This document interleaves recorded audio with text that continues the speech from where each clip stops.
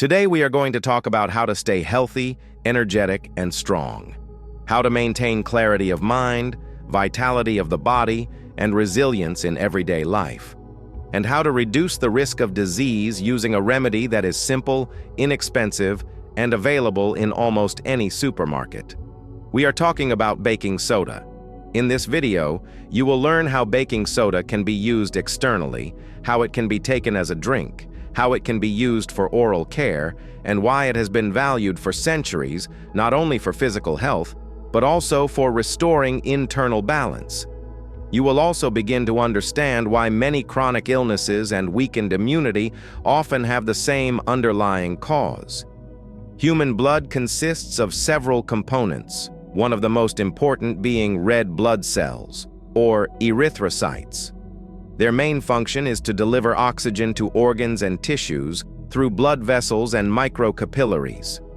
Under normal conditions, red blood cells carry a negative electrical charge. This charge causes them to repel each other, allowing blood to flow freely and efficiently.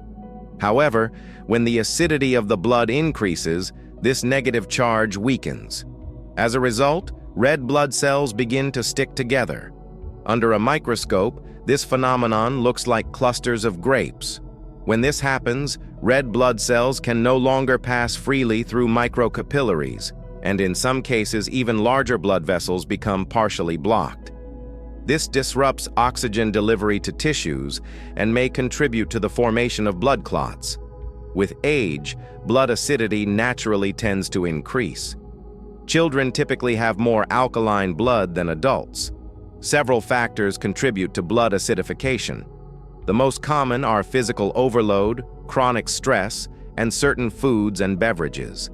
Among the strongest acid-forming factors are alcohol, fatty foods, excessive meat consumption, and refined sugars. For example, the sensation of dizziness after drinking alcohol is not simply intoxication. Alcohol causes red blood cells to clump together, reducing oxygen delivery to the brain. This temporary lack of oxygen affects brain cells, leading to loss of balance, impaired judgment, and altered behavior. Long-term exposure to such conditions damages neural tissue. Autopsies of chronic alcohol users often reveal brain structures with extensive areas of degeneration. It is important to understand that heavy, sweet, and fatty foods produce a similar biochemical effect, even if the symptoms appear less dramatic. This is why lifestyle and dietary habits play such a significant role in the development of chronic disease. Important warning: before using baking soda in any of the ways discussed here, it is essential to consult a medical professional. Each person is unique. Methods that work well for one individual may not be suitable for another. If you feel improvement, calmness, or increased well-being, the method may be appropriate for you. If you experience discomfort or worsening symptoms, the practice should be discontinued and replaced with a more suitable approach.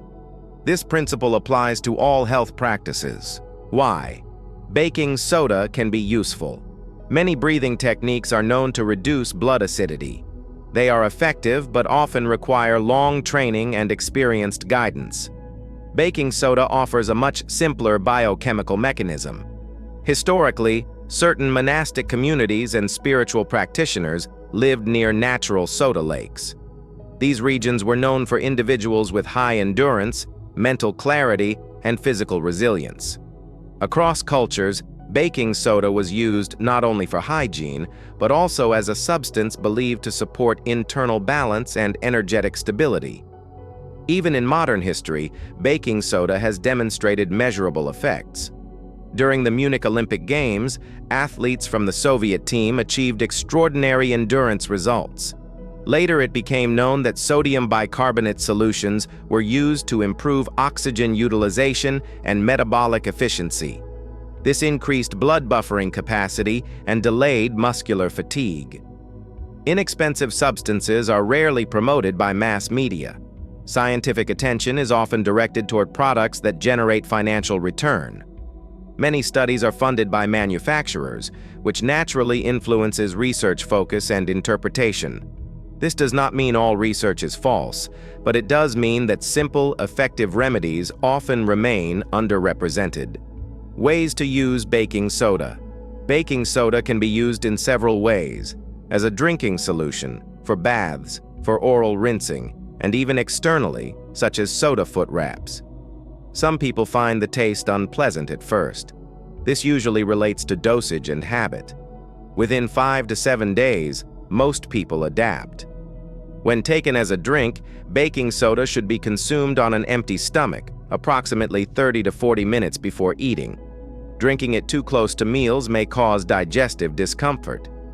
How to prepare a drinking solution. Beginners should start with a 1/4 teaspoon of baking soda. Pour boiling water over it, stirring until fully dissolved. The soda will fizz as it neutralizes. Then add cool water to bring the temperature to approximately 40 to 45 degrees Celsius. The solution should be warm, not hot. Drink slowly, in small sips.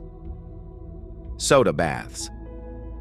Soda baths help soften the skin, support detoxification through the skin, and promote relaxation. Before taking a full bath, perform a skin sensitivity test. Apply a small amount of soda mixed with water to the wrist and observe for irritation. If no reaction occurs, dissolve a 1/4 of a standard pack of soda in boiling water, then add it to a warm bath. Soak for 10 to 15 minutes. After such a bath, the skin often feels unusually soft and smooth. Soda foot wraps. Another method is soda foot wraps. Dissolve 2 tablespoons of baking soda in half a liter of boiling water. Once cooled to warm temperature, soak socks in the solution, wring them out, and wear them overnight, covering with plastic to keep bedding dry. This method may help soften skin, reduce swelling, and relieve fatigue in the feet. If baking soda is taken in the evening, it should be at least 1 to 1.5 hours after the last meal. Always start with minimal doses and increase gradually, observing your body's response. Health is not about forcing the body, but about restoring balance.